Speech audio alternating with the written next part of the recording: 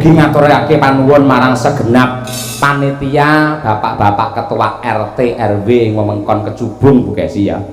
Nggih. Dalam rangka bersih desa utawa sedekah bumi. Ya. Arep matur apa kira-kira karo warga masyarakat mriki? Ingkang sepisan tamtunipun kula ngaturaken panuwun ingkang tanpa upami Bapak Ibu. Dalu niki kula bojo kula lan kanca-kanca Krumadangkara sampun panjenengan percaya nglipur warga ageng masyarakat Kecubung ing tasyakuran bersih desa. Pramila kula matur nuwun lan nderek ndedonga mugi-mugi sedaya keluarga agung wonten ing Kecubung tansah pinaringan katentreman lahir batin. Amin. Murah rezekinipun. Amin. Dipun paringi putra putri ingkang soleh-solehah lan mbok menawi ingkang dados petani mugi-mugi tanduranipun panenipun langkung kathah. Amin. Ingkang dados guru mugi-mugi gajinipun enggal muda. Ingkang dados tukang tambal ban mugi-mugi kathah ban meledos. Dongane api men iki malah. Ini kan lagune lho Pak Dalang. Iya, oh ning aja sampean. Oh mboten. Mergo ning omah kulino mledos kowe iki. Meledos wong meledos papat kok. Iya. Kula nggih matur nuwun sanget niki wau nyuwun ngapunten. Dalu niki jan kula jan marem banget. Sebabe Niku teng pondokan kula wau lak ketemu ibu-ibu ingkang sami masak. Saestu niku daharane lawuhe niku enak-enak, sedaya niku remenan kula Bapak Ibu. Enten rendang, enten gule, enten ayam napa niku jenenge? Ayam dilodo dibumboni ngene lho Pak, ayam panggang. Beh enake aku sesuk digawani ya gelem. Nyuwun pangapunten Bapak Ibu menawi keladuk ucapipun sinden Kesi mergo sampun kondang bilih bojo kula menika sinden Surabadok. Ayo. Mergo anggere kon ngomong mending ngomongane panganan tek nggumun aku. Matur nuwun karo Bu Lurah mau sing mandegani masak ana mburi mu Bu Lurah. Saestu matur nuwun Bu Lurah sampun dipun masake sing enak-enak sangat. Dadi kula walaupun masih pertama kali didhawuhi nyinden wonten Kecubung niki ning rasa kula niku saestu kados sampun dados keluarga besar ngoten lho wonten Kecubung mriki. Nggih, sapa ngerti sok taun ngarep awake dhewe ditimbali meneh ya, Pak. Amin, ya rabbal alamin. Mula insyaallah pripun? Mula lipuran penggalih piyai Kecubung nganti nyebawake ya kuwi Pangkur Semarangan. Tenan dianti-anti mau karo Pak Sunandar karo Pak Setiaji mau kabeh ngenteni kangen kali jenengan. Nggih, Bapak. Siap toh? Siap. Oke. Ning ngapunten lho nggih. Mergo kula sakniki niku sampun manak papat. Engke lek swara kula nggih rada beda karo jaman sik prawan nggih nyuwun pangapunten Pak Dalang. Ya aja manak ndak kaya sapi, Bu ora. Sampun nglairaken mau piye ngono apa medun mesin mau piye ngono ae ya. Nggih. Ora masalah sing dadi suarane. Ya. Engko Bu. Mingkar mingkureng ang kara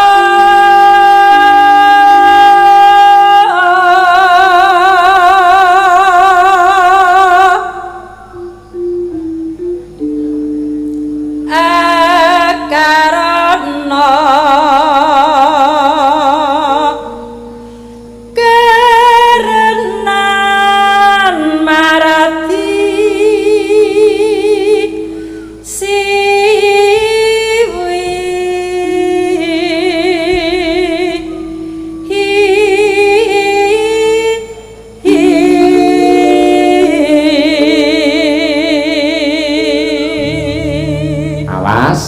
konsentrasi penuh nyebut asmane Gusti, ngedruk panggung ping 3, tarik napas yang panjang mergo iki ngambah nada yang tinggi. Ayo Ciro lu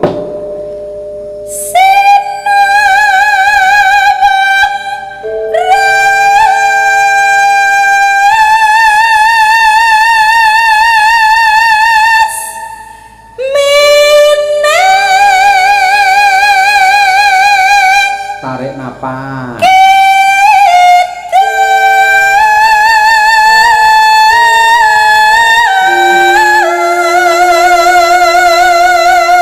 Terus Bu nyebut asmane pangeran.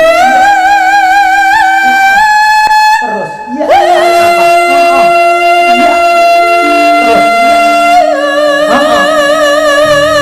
Iya. Alhamdulillah wis lahir lanang. Malah kaya wong bayen ora. Ning bener kok, Pak. Napa? Pancen anakmu sing pertama kae lahir lanang kok, tenan. Lah iya lanang. Terus warnane apik. Ayo, mergo tak kirimi mic biyen. Ngeh, ayo nggih. Coba.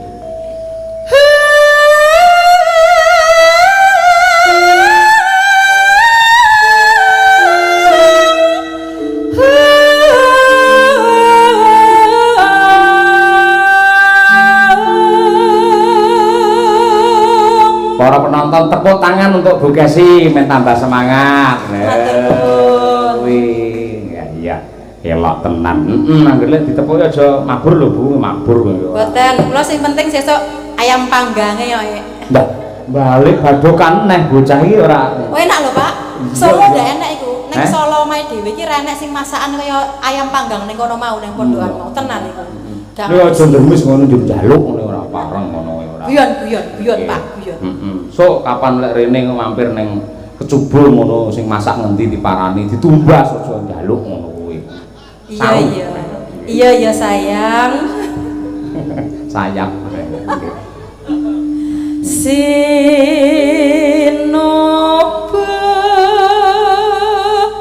sinukarta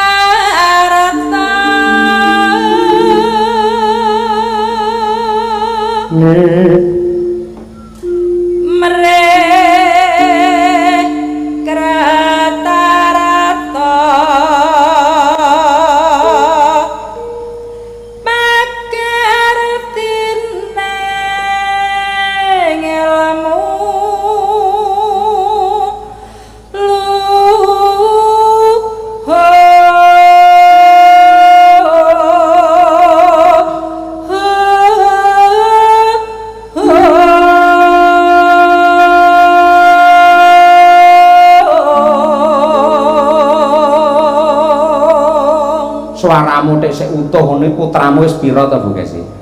Alhamdulillah kalian jenengan sampun manak papat. Kalih kula. Nggih. Nggih. Kula melu mana? Ngoten. Mboten. Anak kula sampun sekawan. Oh, nggih. Sing barep gelar kae kelas pinten? Gelar kelas setunggal SMP. Terus Brahma kelas? Kelas 6 SD. Sing kembar rambu rangkung? Kelas sekawan SD. Iso jarak iso cedak-cedak ngono ya, Bu. Ayo. Mesti piyai kecubung ini do batin ku jane bayi apa main cret ngene. Ya bayi kok ora nggih. Lho, Bu. Kang tumrap neng tanah Jawa.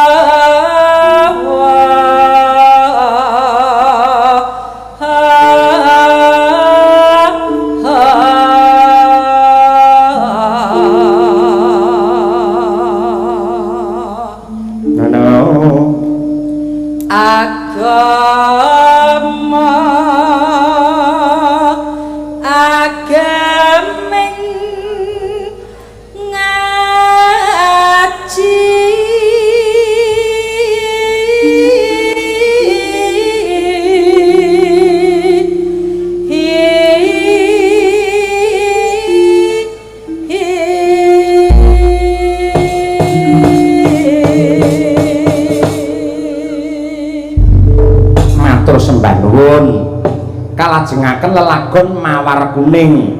Mawar Kuning adalah doa yang terbaik untuk warga masyarakat Kecubung. Mawar adalah bunga yang indah dan harum, kuning adalah emas. Semoga warga masyarakat Kecubung indah dan harum menuju zaman keemasan. Allahumma amin. Yuk, dados.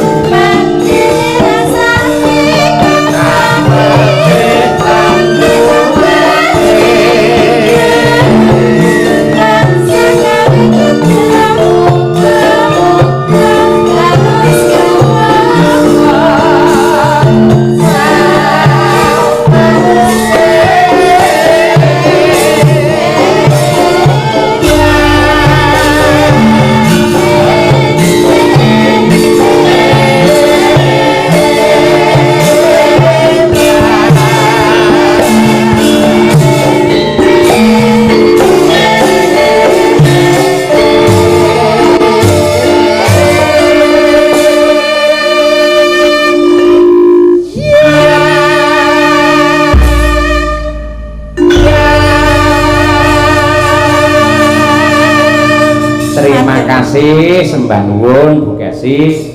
Mugi-mugi anggenipun jenengan nembang mawar kuning dados rena penggali para warga masyarakat Kecubung. Iya, ana nawala mak. Ana diwaca luwih dhisik. Assalamualaikum warahmatullahi wabarakatuh. Waalaikumsalam. Pak Dalang kula badhe nyuwun lelagon. Lagunipun Sambel Kemangi lan Gubuk Asmara. Nyuwun dipun bawani lan dipun tembangaken dening Mbak Winong Ceria. Wah, terkenal nang kowe teko kene iki lho jenengmu enek tenan lho. Iki. Ayo nggih. Iki Sambel Kemangi. Winong iki ratune sambel. Iya. Terus saking Bapak Samari nyuwun lagu Podang Kuning, Kembang Rawe kalian Kutub Manggung. Wah iya. Nggih. Engko diaturake Kutub Manggung nggon goro-goro. Ngono kuwi. Luwih dhisik iki Winong sing dikersake ya Nong. Slendro songo. Tukung Mbak Tutik siap. Ayo. Maka nggih hormati Mbak Winong Nawangsih jumeneng. Yo.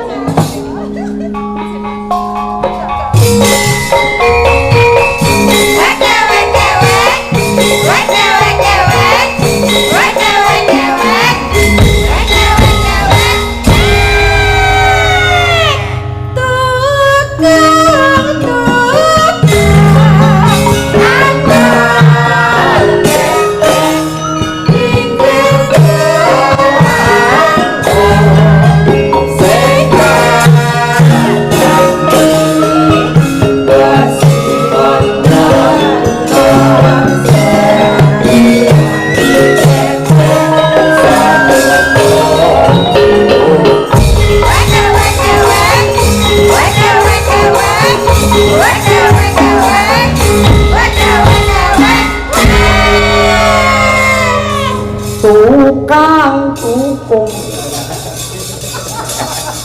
Pokoknya iki dipasrahi Mbak Tuti ngen sing gawat-gawat ya, Mam. Pancen makili Mbak Lia kok bengi iki dheweke. Wah, tenan. Golek wayahe Puspandono ya kudu dheke. Kula. Ayo. Selamat malam Mbak Winong Nawangsih. Iya Mas, selamat malam. Sampeyan kudu bangga lho Mbak Winong. Kenapa Pak? Lho buktine piyai kene nganti nyebut asmane jenengan iki lho. Oh. Alhamdulillah. Mbak Winong Ceria ngono kuwi. Alhamdulillah, berarti saya setidaknya anu ya Pak. Apa jenenge carry ning hati penonton. Carry gitu loh di hati penonton. Sing gampang carry apa-apa malah awakmu kuwi.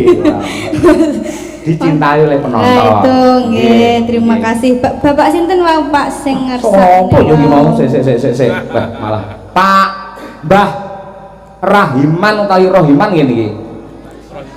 Hah? Rajiman mambengi. Sinten Pak? Rohiman nggih? Pak Rohiman. Rohim iki pria dan wanita. Rohim adalah wanita, man ki pria. Oh, jadi ngoten. pria dan wanita, warga masyarakat Kecubung, laki-laki perempuan semua cinta kepada kamu. Masya Allah, terima kasih. Iya, golekne kata-kata kowe kan kaya ngono kuwi. Terima kasih ya Pak. Saya kuwatir saya tak kene lagu apa ngono. Ayo. Nggih, terima kasih. Matur nuwun karo para warga masyarakat Kecubung, ayo. Nggih. Ngaturaken gunging panuwun kang tanpa pami kagem sedaya masyarakat Kecubung. Nggih. Tuku kalung ning Besuki. Cakep. Masyarakat Kecubung kathah rejeki. Amin.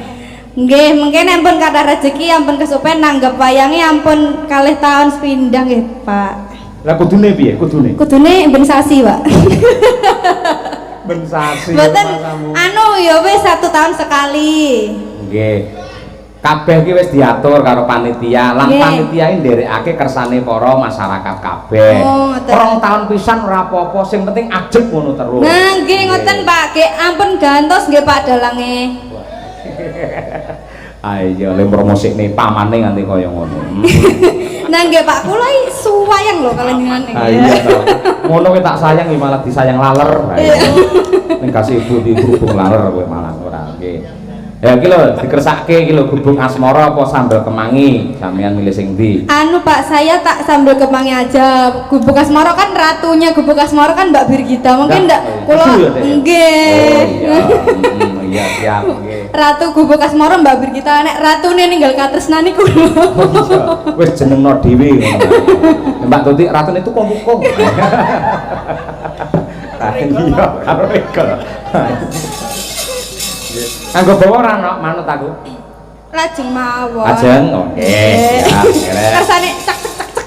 Iya, cak kayak. Nggih. Monggo sambel kemangi oleh Mbak Nimas Ayu Winong Nawangsi bersama Madangkara untuk warga masyarakat Kejubung. Oke, dados. Yuk.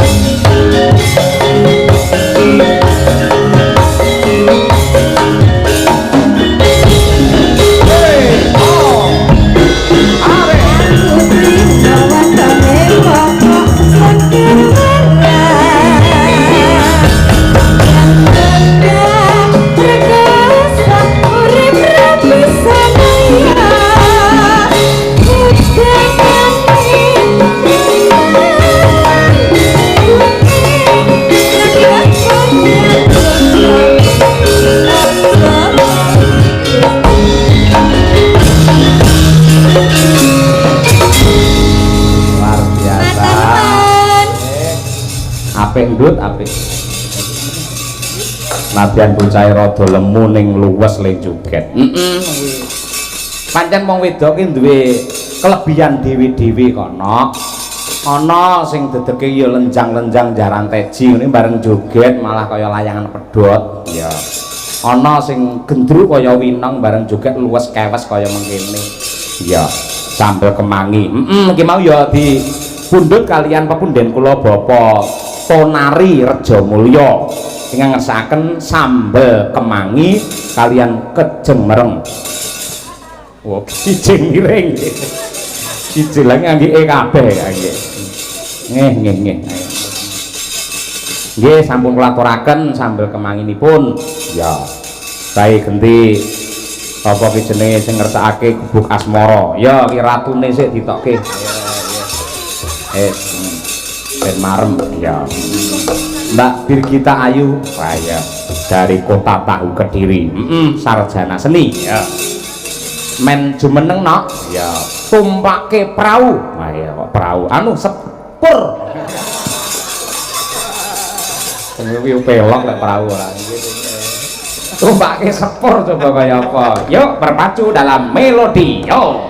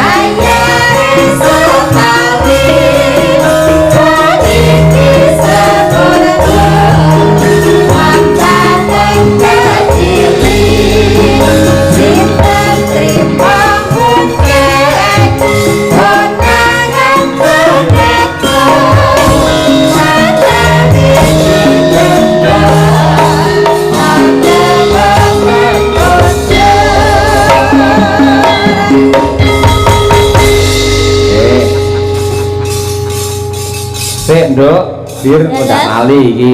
Nyalani dulu, Pak. Assalamualaikum, waalaikumsalam Pak Dalang nyuwun lagu nemen kalian Tambaban. Tertanda Wakapolres ugi Bapak Kapolsek.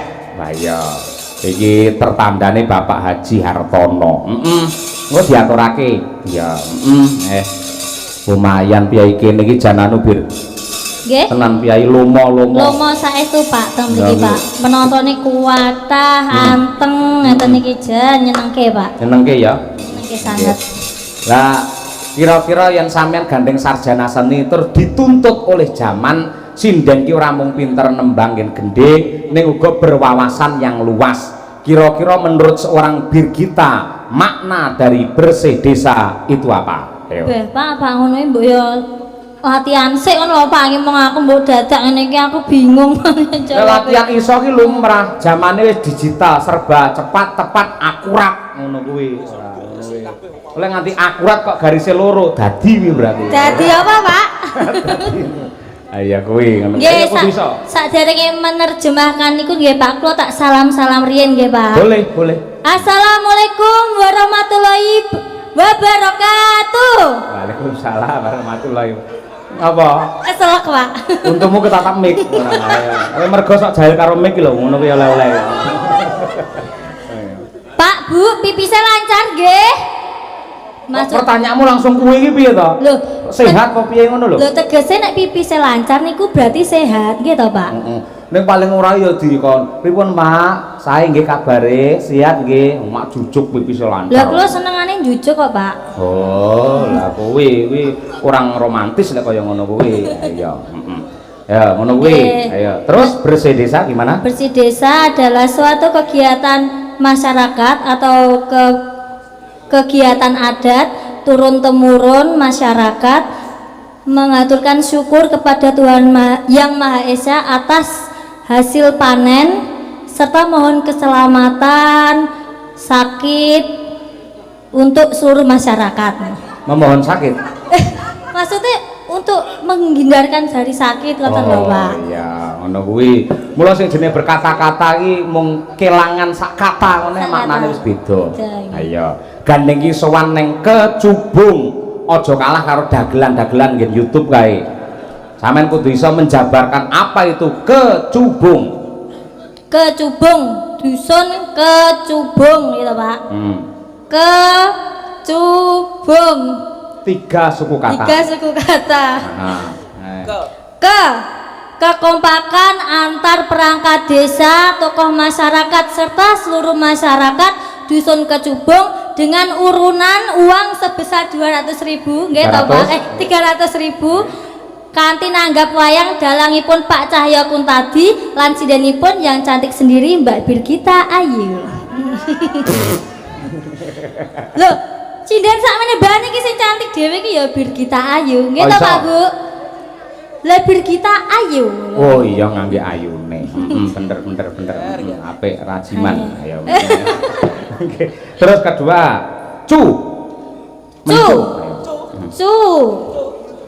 Cu tegese cukup mugi-mugi masyarakat tipun sedaya ten mriki kecukupan Pak. Unggul rezekine nggih to, unggul kesehatane, unggul panene. Lan supaya dadekake desane gemah ripah lo jinawi kata tentrem tur rahaja. Allahumma amin. Ya rabbal alamin. Apik.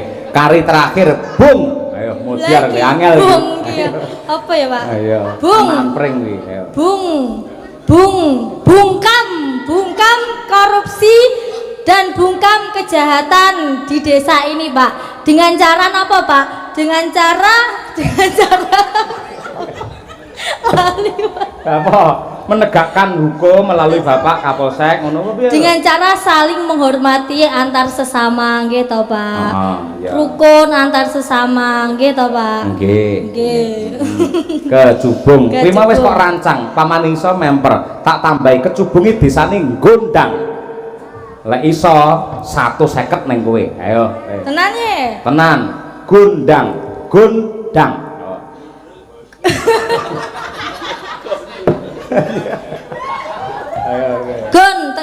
Gon dari arti goncengan Pak, tegese masyarakat niku goncengan gotong royong sesarengan nggih to Pak, guyub rukun nanggap wayang panjenengan nggih to yang berisi tontonan serta tuntunan. Ayolah, iki spontane apa bocah iki? Ayo. Dang.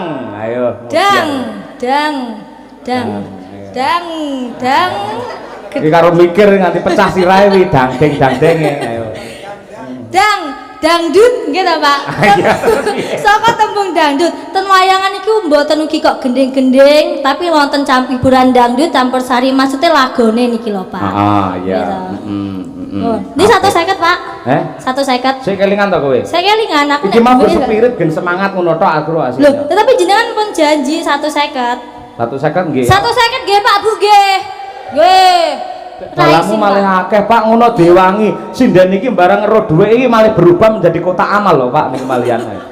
Nek ora apa-apa gandeng aku janjinya 50 150. Nggih. Sawangen amplopmu sesuk isuk sudo 150 pisan ae. Amplope sing kak Ibu Kesi duduk jenengan lho. Oh iya jalure beda ya. Ayo. Aku ngenai Pak Rohadi. Ayo ngono kuwi. Nggih, kula dereng perkenalan nggih to Pak. Betul. Derek pitepangan nggih Pak Bu, kula Birgita Ayu, aslinipun Kediri Jawa Timur. Sakniki status single dereng menikah. Wah. Sik umurmu pira saiki? OTW 24 tahun. 24 iki kudune tata-tata persiapan. Le dolan le seneng-senengi disuda, ya toh, supaya ndang entuk jodoh. Kira-kira yen sampeyan milih jodoh piyai kakung sing kok pilih wong sing sugih, wong sing ganteng apa wong sing pinter? Nek kula nggih milih cowok, milih lelaki niku nggih Pak. Sing pinter Pak. Sing pinter. Jelas sing pinter, tepu di bawah niku milih sing pinter. Goblok kuwi kleru. Kok goblok to? Lah pinter oleh ra duit. Ya sampeyan penting pinter Pak. Sakniki contone Pak. Carilah ilmu sampai ke negeri Cina lho. Kaya ngono lho Pak, wong golek ilmu ki ben pinter iki kaya ngono. Saiki pamane sampean golek ilmu ning Cina, numpak pesawat apa ora? Numpak pesawat Pak. Perlu ngangge duit apa ora? Ngangge duit. Lah iya duwite dhisik sing penting. Lah duwe dhuwit lagi untuk ilmu. Wong sekolah ngangge bayar SPP ora? Nggih, dalam SPP. Dadi lek kanggoku sing penting kuwi duwe dhuwit luwih dhisik, ngono kuwi. Perkara ilmu ku digoleki. Semua adalah guru. Ya ora iso Pak, pinter Pak Panggan. Contohnya tadi Pak, nuwun sewu Pak, DPR termuda kita, Mas Rizky nggih to. Mas Rizky nek mboten pinter nggih mboten dipilih dados DPRD lho Pak. Berarti sing pinter Pak Panggan. Lah ora, aku tetep sing sugih. Lah Pak Mas Rizky mbok pinter kaya apa lek ora ngedumi kaos karo dhuwit ning masyarakat yo ora dipilih ora ngono kuwi. Nggih napa mboten Pak? Lah kuwi balaku akeh tetepan kowe arep piye kowe. Lah sakniki Pak, contohnya sakniki nek mboten pinter nggih to, mesti tidak bisa baca tulis. Napa nggih Pak Bu? Nggih to? Lah sakniki contohnya pesen ten restoran ngoten niku Pak, mesti nek ditulis. Jenengan pripun ngoten niku? Lah, kowe iki rasa bingung, sementing duwe dhuwit. Pamane aku ora iso maca, ora iso nulis. Gampang. Ora kudu ditulis, ngopo dadi ditulis? Heeh. Celuk men layane rene gambarne mesti mudeng dhek. Ngono. Digambar. Oh iya no. Lah sakniki Pak, contohnya nek pesen ayam bakar gambar pripun? Gampang ke panggangan ke digambar, dikai ayam ning dhuwure, kayak kedul-kedul asap wis ayam bakar, wis mudeng pelayane. Iso Pak ya wong iki. Piye? Wong sugih mesti pinter kok ya. Sik Pak, misale pesen iki Pak, wedang jeruk. Gampang, gelas ya toh, dikai banyu sret berarti sisi kayak jeruk. Wis ngerti apa ki pelayan? Wedang jeruk, dikene siap langsung aman. Ngono kuwi. Gak panggah iso ya Pak dalang. Alah kowe karo aku. Saya nekno Pak, kita bedheki nah. Apa? Nek carane wedang kopi, piye Pak pesen kopi? Gampang lo gelas dipulas ireng rek rek rek. Dadine wedang kopi. Pelayan takoni ngerti apa? Wedang kopi gaweke aman. Iso ya Pak dalange. Sakniki nek pesen kopi susu pripun jenengane Pak? Kopi susu. Gampang no. Pripun? Lek teh gitu. Gelas dicorek abang utawa kuning dadine teh. Wedang putih pamane gelas bening ngene wis ngerti wae wedang putih ngono. Nek wedang jeruk? Jeruk gelas kayak gambar jeruk wis dadi wedang jeruk. Nek kopi susu Pak? Lah lek teh kuwi gambare kuning. Nek kopi susu kok. Nek kopi susu kan urutane kok wedang putih sik, bar malah wedang putih sik. Ya toh. Ben awake dhewe ora apa kuwi jenenge iki. Keseleken ngono kuwi gambar gelas putih genah engko pelayane ngerti wedang putih. Kalau pengen teh gambar kuning ya teh ngono kuwi. Gampang. Wedang kopi susu? Nah, iki kopi ya, kopi yang ireng gelase. Kuwi ngerti lek kopi. Lah susune, Pak? Lah susune? Gampang. Pripun? Gelas mau lak digambar dicorek rupane ireng kabeh. Kopi. Iki lak kopi to wis ah? Kopi. Heeh. Terus apa? Susu? Gampang. Terus sisi gelas iki digambari bunder ni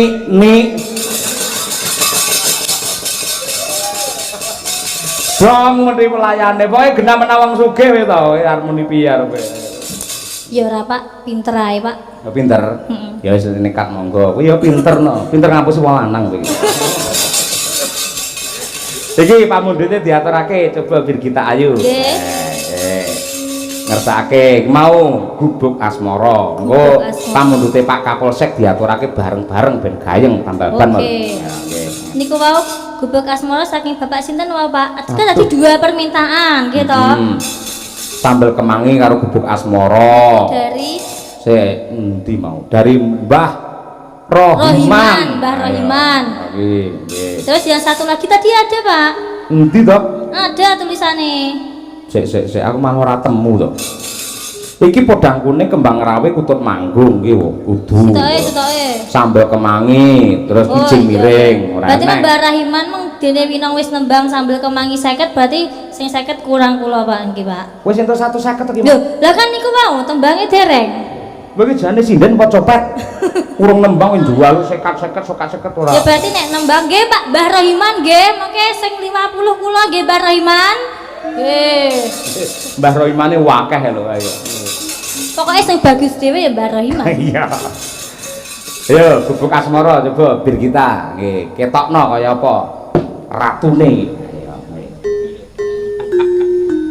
Nyingkar nyingkur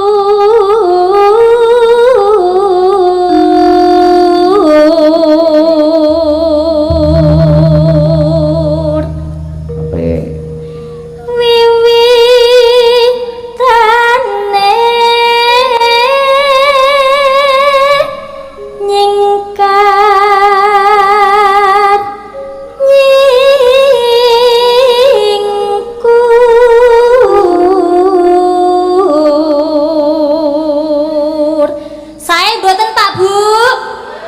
50.000 Pak. Ya wis gandeng sing ngelemi sing mirsani sae nyawa 50.000. Ning anggere elek utawa ora apal utawa kleru tarik 200. Lah kok akeh Wis pokoke ngono kuwi aturane manut pimpinan kuwi kuduan. Ayo. Yuk.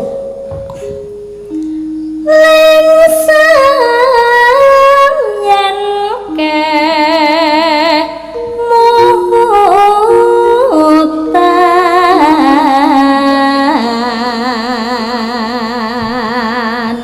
Awon nggih Bapak Ibu nggih. Sae. Ya 50.000 neh Pak berarti Pak. Wis ngene carane ngene aku bubruk dadi dalang. Wis. Arep tuku haikis masih ra sida iki Mas. Wis. Niki yang gitu Pak niki nggih didom kalih yoga meleh panjenengan. Ya, mulek ya akhirnya. Mulak. Arep mukir. Lalampahan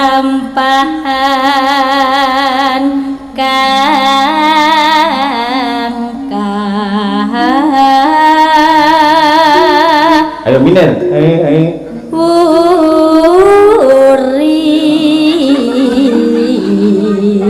Lah kok jengek, kon miring kok malah jengek lho. Cengkok Pak, mau kan pon minir terus dibalik nih meleh. Niku jenenge perkembangan cengkok. Ora lek ngono jenenge kemrampo.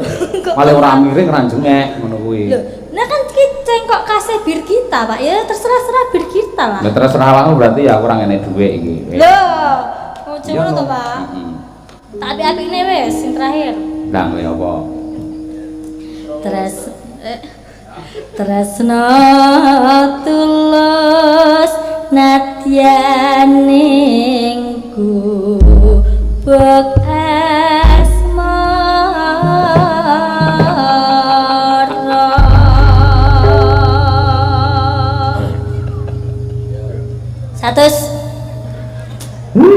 Ngerti. Satus nggih Pak Bu nggih.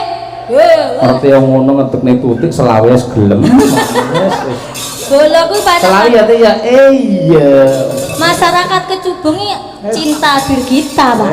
Ya tutik wis rampung selawe sak mijete pisan ayo.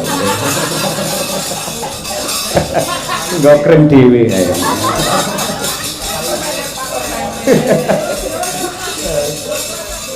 Yo diaturake gubuk asmara Mbak Birgita Ayu Kota Kediri. Yo.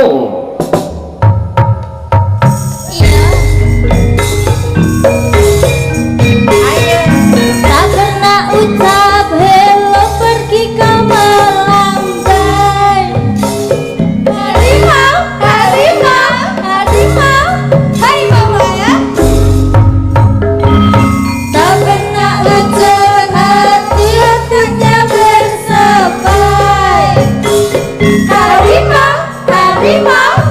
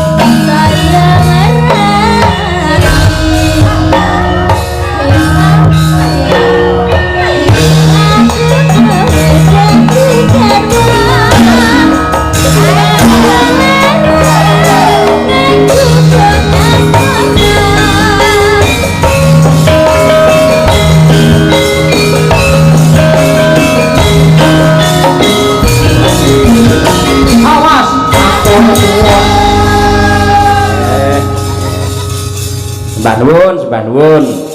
Ugi wonten nawala dari panitia. Atas nama sinten iki?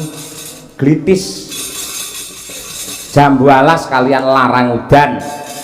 Ugi wonten mamundhut. Assalamualaikum Pak Dalang Sugeng Dalu. Derek wungon wonten ing Kuntabi Channel. Tuku sarung ning Surabaya. Mugi warga Kecubung tansah rukun salaminyo. Amin. Request tambahan oleh Pak Marsono Pilang Kenceng. Wah. Iki wis diwarai karo anake ya. Yo iki karo minangkani pambudute Pak Kapolsek. Nah. Diaturake tambahan coba wiwit saka Mbak Dian gandeng sing mundhut iki putraan anu bapake. Terus Mbak Wanda, Mbak Sriastuti kersa ora jumeneng iki. Batu di kersa nggih. Ya bertiga ya menurut ana variasine ya. Tambahan iki jadul iki. Bersama Lorenza. Bertiga. Langsung wae ya setengah siji ya. Ya. Monggo lajeng kemawon tukang tambahan. Yo.